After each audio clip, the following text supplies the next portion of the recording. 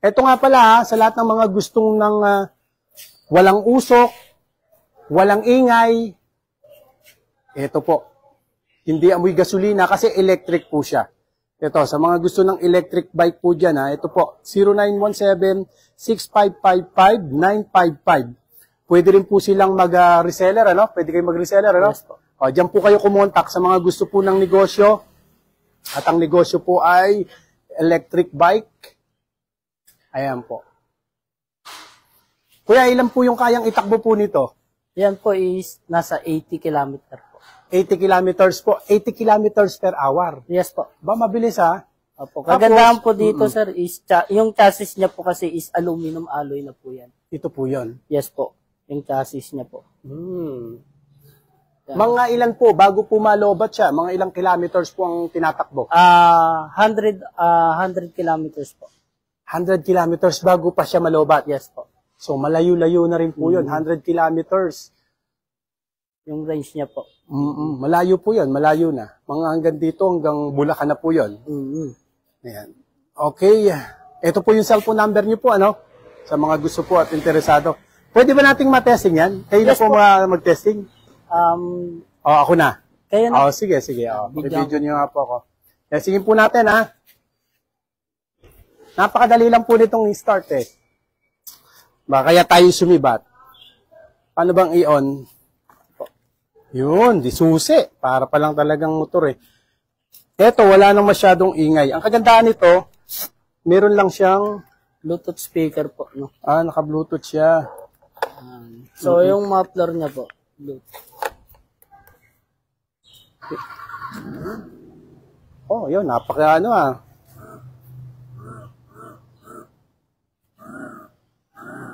Parang lang talaga, no? Eto po, props lang po yan, ha? Baka sabihin nyo, nagbabaga. Speaker lang po ito, speaker, para mayroong konting arte. Under na po tayo. Wala pa. Brake po. Sensor po kasi yan. Yan. Ayun. Okay, try natin. Okay.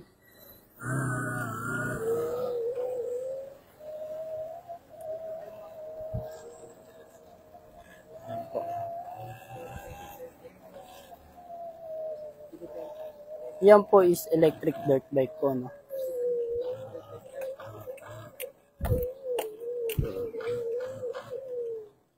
Ang ganda, lakas ng shock niya, oh.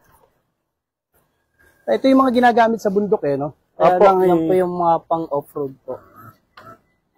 Tapos mayroon pang tunog, ha? Okay. Lakas ng makina niya, malakas. Okay.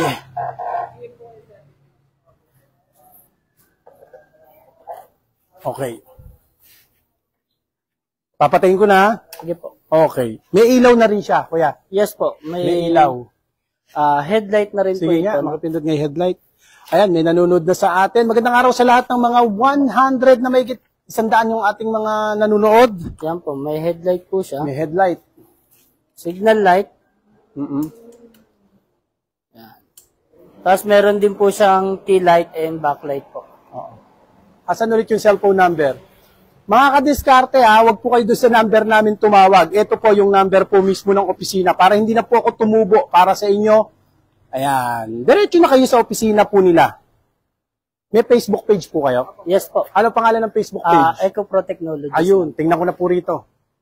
Ayun, ayan po. Search nyo lang po yan sa Facebook. Dumiretso na po kayo para wala nang mga ahente. Diretso na po. Makuha nyo sa kanila ng mura. O kaya, ito po yung cellphone number. Magwa 150 na po ang nanonood po sa atin. Actually, may iba-iba po silang mga model, eh. Tingnan nyo po. Pakita na natin, sir, ano? Yes po. Iba-iba. Sa mga Arctic Leopard po yan. Tapos meron din tayo mga BHR, RFN. Yan. Tapos meron din tayong electric scooter. Yan. Ito, mga electric scooter. Yan. Ito, almost ila tinatakbo ng mga electric scooter. Ganda nito, yung scooter natin, sir, ang laki, ang pinaka po niya is 50 kilometers po. Ito po, X11 top speed niya. Top speed. Yung top speed niya naman po is 35 km per hour. Okay. Ayan, mga OFW. Yung mga anak nyo po na gusto nyo po na ibili po ng ganito, ito yung cellphone number ha. Magwa 150 na po yung nanonood sa atin.